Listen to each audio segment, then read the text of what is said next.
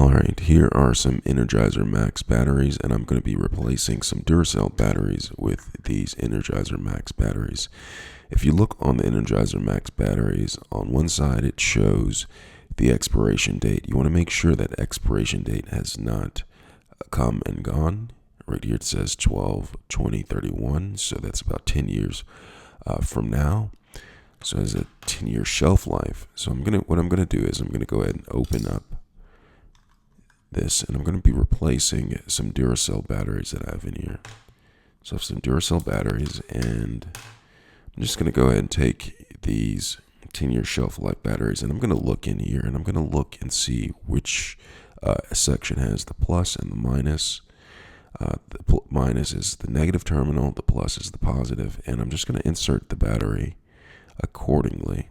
All right, so it says the plus right here, and the plus right there. And so what I'm going to do is I'm going to just go ahead and insert it in like that.